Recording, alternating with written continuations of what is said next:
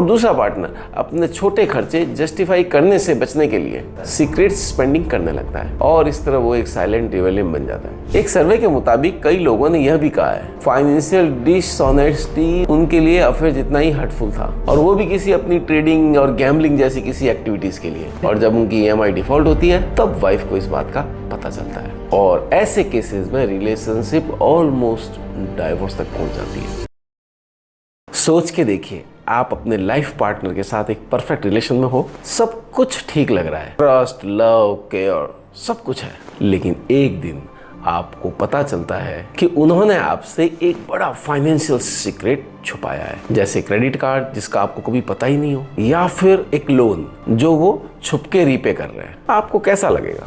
Shock, betray, anger. इसे कहते हैं फाइनेंशियल इनफिडेलिटी, मतलब रिलेशनशिप के अंदर फाइनेंशियल सीक्रेट रखना या पार्टनर से अपने पैसों के बारे में झूठ बोलना। एक सर्वे के अकॉर्डिंग इंडिया में से लगभग 3 में से 1 मैरिड इंडिविजुअल ने एक्सेप्ट किया है कि उन्होंने अपने स्पाउस से फाइनेंशियल इंफॉर्मेशन हाइड की है, जैसे secret spending, extra bank account या हिडन डेट्स। और अगर ग्लोबली देखें तो यूएस के एक डेटा के अकॉर्डिंग लगभग 28% कपल्स फाइनेंशियल चीटिंग को रिलेशनशिप का मेजर ट्रस्ट ब्रेकर मानते हैं। यह सिर्फ एक पैसे का मैटर नहीं होता है, यह ट्रस्ट का मैटर होता है। जब इमोशनल इनफिडेलिटी दिख जाती है तो लोग उसे बहुत बड़ा इशू मानते हैं, लेकिन जब पैसे के मामले में चीटिंग होती है तो वो धीरे धीरे रिलेशनशिप के फाउंडेशन को खोखला कर देती है। नमस्कार, मेरा नाम है चेतन लाखोटिया और आप सभी का स्वागत है हमारे इस YouTube चैनल इन्वेस्ट विद चेतन पर। आज के वीडियो में हम बात करेंगे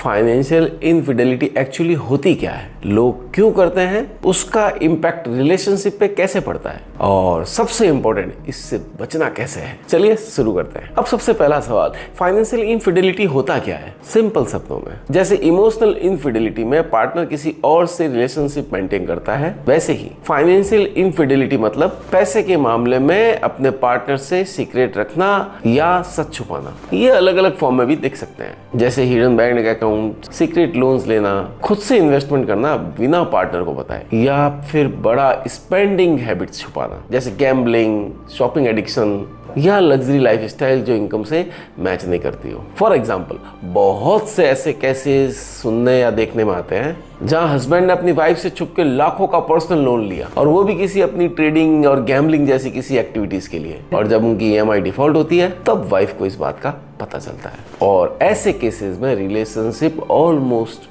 डाइवोर्स तक पहुंच जाती है, सिर्फ इसलिए क्योंकि ट्रांसपेरेंसी मिसिंग होती है। और ये प्रॉब्लम इंडिया तक लिमिटेड नहीं है। US national endowment for financial education का एक सर्वे कहता है कि लगभग 5 में से 2 लोगों ने फाइनेंशियल इनफिडेलिटी को एक्सेप्ट किया in the form of hidden spending और हिडन अकाउंट्स और हिडन डेट्स। यानी ग्लोबली ये एक साइलेंट एपिडेमिक जैसा है। और इम्पोर्टेंट बात यह है कि फाइनेंशियल प्राइवेसी और फाइनेंशियल इनफिडेलिटी दोनों अलग अलग है। प्राइवेसी का मतलब है आपके खुद का स्मॉल पर्सनल एक्सपेंसेस, जहां आपको फ्रीडम मिलता है। इनफिडेलिटी तब होती है जब सीक्रेसी इंटेंशनल हो और पार्टनर से सच छुपाया जाए, जिसकी वजह से ट्रस्ट ब्रेक हो।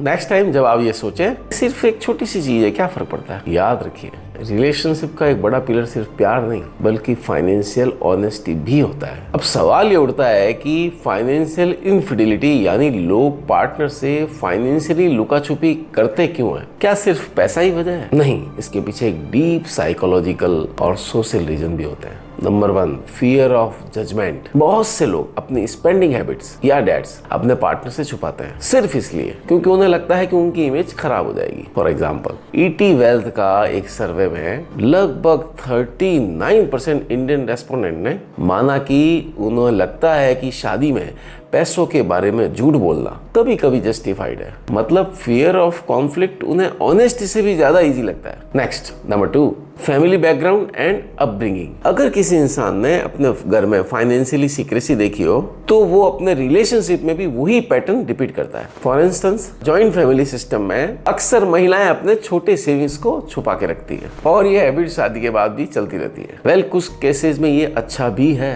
If it is hampering your relation तो इसे भी रिवील करना चाहिए। Number 3, power dynamics in relationships. कभी कभी एक पार्टनर फाइनेंशियल कंट्रोल में होता है, जैसे घर की बजटिंग का बॉस हो, और दूसरा पार्टनर अपने छोटे खर्चे जस्टिफाई करने से बचने के लिए सीक्रेट स्पेंडिंग करने लगता है, और इस तरह वो एक साइलेंट रिबेलियन बन जाता है। Number 4, lack of financial literacy. India में अभी भी फाइनेंशियल लिटरेसी बहुत लो है। National centre for financial education के एक सर्वे के अनुसार सिर्फ 27% इंडियन एडल्ट्स फाइनेंशियली लिटरेट है। तो जब क्लैरिटी ही नहीं होती है पैसे हैंडल करने की, तो छुपाना और गलतियां करना कॉमन हो सकता है। Number 5, addiction and lifestyle habits.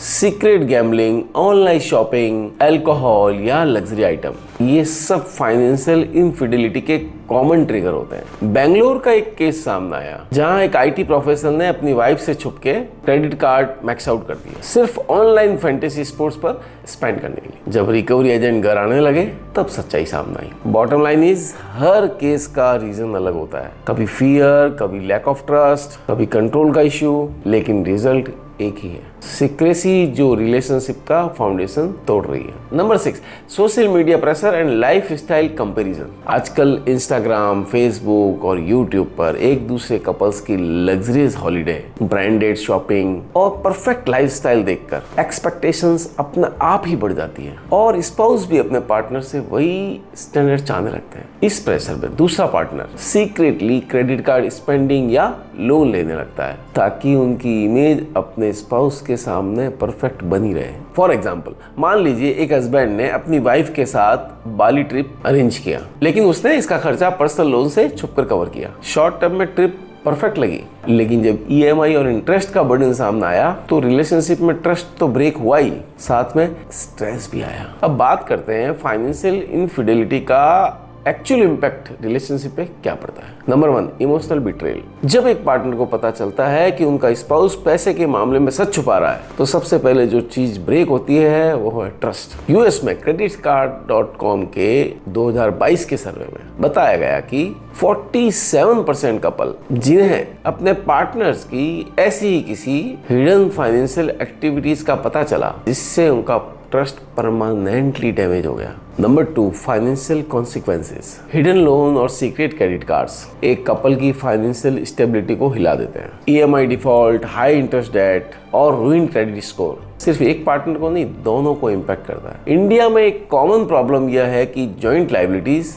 के केस में अगर एक स्पाउस डिफॉल्ट करता है तो दूसरे के क्रेडिट स्कोर पर भी असर पड़ता है। मतलब एक पार्टनर का सीक्रेट स्टेक दोनों के फ्यूचर को खतरे में डाल सकता है। Number 3, power imbalance. कभी कभी फाइनेंशियल इनफिडेलिटी से एक पार्टनर अपना आप को विक्टिम फील करता है और दूसरा गिल्ट में रहता है। इससे रिलेशनशिप में पावर डायनामिक शिफ्ट हो जाता है, जैसे एक हमेशा डाउट करेगा और दूसरा हमेशा जस्टिफाई करेगा, और लॉन्ग टर्म में यह अनहेल्दी हो जाता है। कई साइकोलॉजिस्ट कहते हैं कि फाइनेंशियल चीटिंग का दर इमोशनल चीटिंग के बराबर होता है। एक सर्वे के मुताबिक कई लोगों ने यह भी कहा है फाइनेंशियल डिसऑनेस्टी उनके लिए अफेयर जितना ही हर्टफुल था। मतलब प्यार के साथ साथ पैसा भी एक ट्रस्ट करेंसी है। Number 4, breakups and divorce. Globally financial stress divorce के टॉप 5 रीजंस में आता है। अमेरिकन साइकोलॉजी एसोसिएशन के अनुसार money issues are the leading cause of stress in relationship. और इंडिया में भी शादी के डिस्प्यूट में फाइनेंशियल डिसेप्शन एक कॉमन ग्राउंड बन रहा है, स्पेशली अर्बन सिटी में जहाँ जॉइंट प्लानिंग और ईएमआई कॉमन होता है। तो इम्पैक्ट सिर्फ पैसे तक लिमिट नहीं होता, यह एक इमोशनल चेन रिएक्शन क्रिएट करता है जो रिलेशनशिप के फाउंडेशन को तोड़ सकता है। अब सवाल यह है कि आप कैसे पहचानें कि आपके रिलेशनशिप में फाइनेंशियल इनफिडेलिटी हो रही है। देखिए, कुछ वार्निंग साइन होते हैं जो कॉमन है। Number 1, unusual bank and credit card statements. अगर आपको बैंक या क्रेडिट कार्ड स्टेटमेंट में ऐसे ट्रांजैक्शंस दिखने लगे जिसका कोई लॉजिकल एक्सप्लेनेशन ना हो, जैसे sudden cash withdrawal, unknown online purchases, तो यह एक रेड फ्लैग हो सकता है। Number 2, sudden secrecy. जब पार्टनर पहले आप ओपनली अपना वॉलेट, यूपीआई नोटिफिकेशन या बिल डिस्कशन करते थे और अब सडनली फोन लॉक करना, स्टेटमेंट हाइड करना शुरू कर देते हैं, तो चांसेस है कि कुछ छुपाया जा रहा है। Number 3, getting defensive about money talk. Financial infidelity का एक बड़ा सिग्नल है जब भी पैसे का टॉपिक उठता है, पार्टनर इरिटेट हो जाए या कन्वर्सेशन अवॉइड करे। ईटी वेल्थ के एक सर्वे के अनुसार 26% इंडियन रेस्पोंडेंट ने कहा है कि उनका पार्टनर मनी मैटर्स पर सिक्रेटिव है और इस वजह से आर्ग्यूमेंट्स होते हैं। Number 4, lifestyle mismatch. आपका पार्टनर कहता है कि बजट टाइट है, लेकिन फिर भी उनके पास न्यू गैजेट्स, ब्रांडेड शॉपिंग या लग्जरी इनर्स के व्हील होते हैं, तो ऑब्वियस है कि कहीं ना कहीं ट्रांसपेरेंसी मिसिंग है। Number 5, frequently emergency borrowing. अगर पार्टनर बार बार कहता है कि उन्हें अर्जेंट पैसों की जरूरत है, लेकिन कभी क्लियरली नहीं बताते कि कहाँ खर्च हुआ, तो हो सकता है कि वो बोरोड फंड को हाइड कर रहे हो। Number 6, over dependence on credit. आप देखते हैं कि एक पार्टनर कैश की जगह बार बार क्रेडिट कार्ड यूज कर रहा है और बिल्स रीपे लेट हो रहे हैं। इसका मतलब हिडन डेट बिल्ट होता जा रहा है, जो फ्यूचर में दोनों के लिए प्रॉब्लम बन सकता है। इन शॉर्ट, जैसे इमोशनल इंफिडेलिटी में बातों को छुपाना और झूठ शामिल होता है, वैसे ही फाइनेंशियल इंफिडेलिटी में भी इन छोटे छोटे पैटर्न से ही सिग्नल मिल जाता है। अगर ये रेड फ्लैग्स दिख रहे हैं तो सिचुएशन इग्नोर करने से बेटर है ओपनली बात करना। अब मान लीजिए आपको लग रहा है कि आपके रिलेशनशिप में फाइनेंशियल इंफिडेलिटी हो रही है या हो चुकी है, तो सबसे बड़ा चैलेंज होता है बात शुरू कैसे करें। Let's discuss this. Number 1, create a safe space.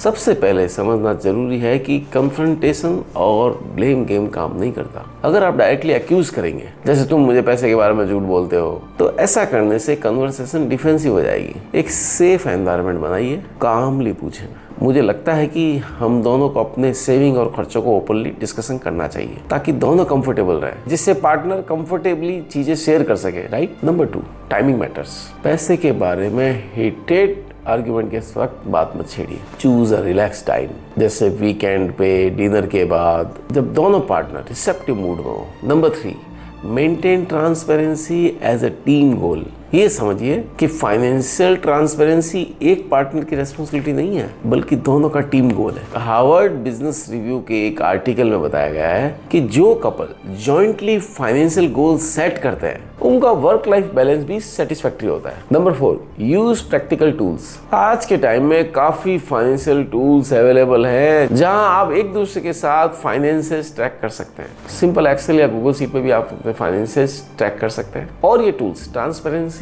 Create करते हैं बिना कांस्टेंट क्वेश्चनिंग के। Number 5, define boundaries.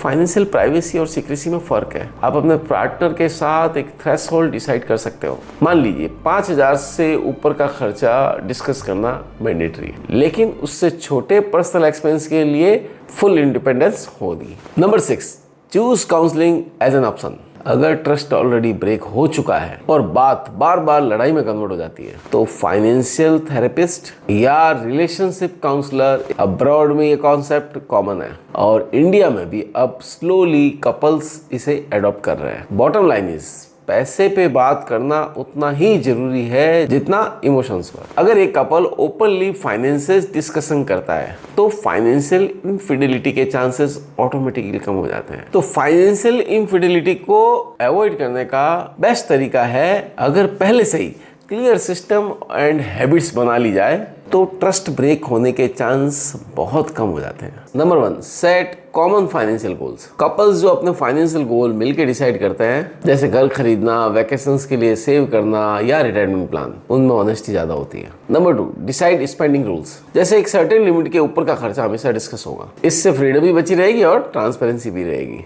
Number 3, separate plus joint account combo. कई कपल्स ये अडॉप्ट करते हैं, एक joint account for shared expenses, जैसे रेंट, EMI, ग्रोसरीज या कोई investment, and separate account for personal spending. यह बैलेंस बना के रखता है बिटवीन इंडिपेंडेंस और trust. Number 4, regular money checking. जैसे हेल्थ चेकअप करते हैं, वैसे ही मंथली या क्वार्टरली एक फाइनेंशियल चेकिंग रखना भी जरूरी होता है। बेड के साथ में रिव्यू कर लो income, expenses, savings and goal. यह स्मॉल हैबिट सीक्रेट्स को अवॉइड करती है, या फिर आप किसी फाइनेंशियल एडवाइजर की भी हेल्प ले सकते हैं इन सबको ट्रैक करने के लिए एंड अपने इन्वेस्टमेंट गोल सेट करने के लिए। Number 5, encourage transparency in credit. Credit card और लोन्स सबसे ज्यादा कॉमन रीजन होते हैं फाइनेंशियल इनफिडेलिटी के लिए। अगर एक पार्टनर नए क्रेडिट लाइन ओपन करे, तो दूसरे को इमीडिएटली बता दे ताकि ईएमआई या डिफॉल्ट का कोई भी सरप्राइज ना हो। Number 6, professional help. अगर लगता है कि पैसों के बारे में रिपीटेडली फाइट हो रही है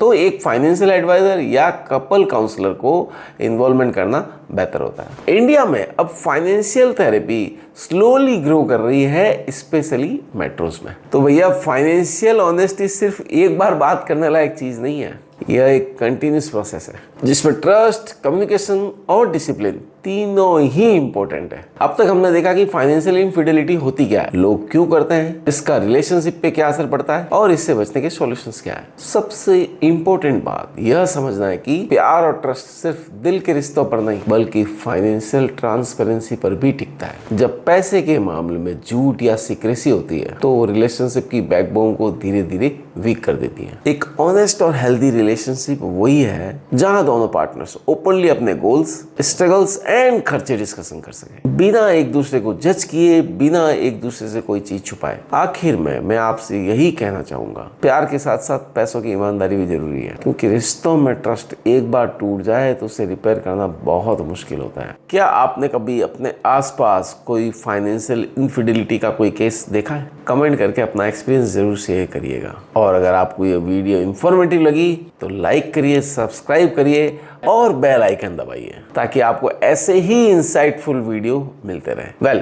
आपको अगर डेट से स्ट्रेटेजिकल छुटकारा पाना है तो आप हमारे डैड स्नोबॉल वाले वीडियो पर क्लिक कर सकते हैं। और रेगुलर SIP और बाय ऑन डीप SIP पर अगर हमारा आप एक एनालिटिकल वीडियो देखना चाहते हैं तो यहाँ क्लिक करें। Thanks for watching.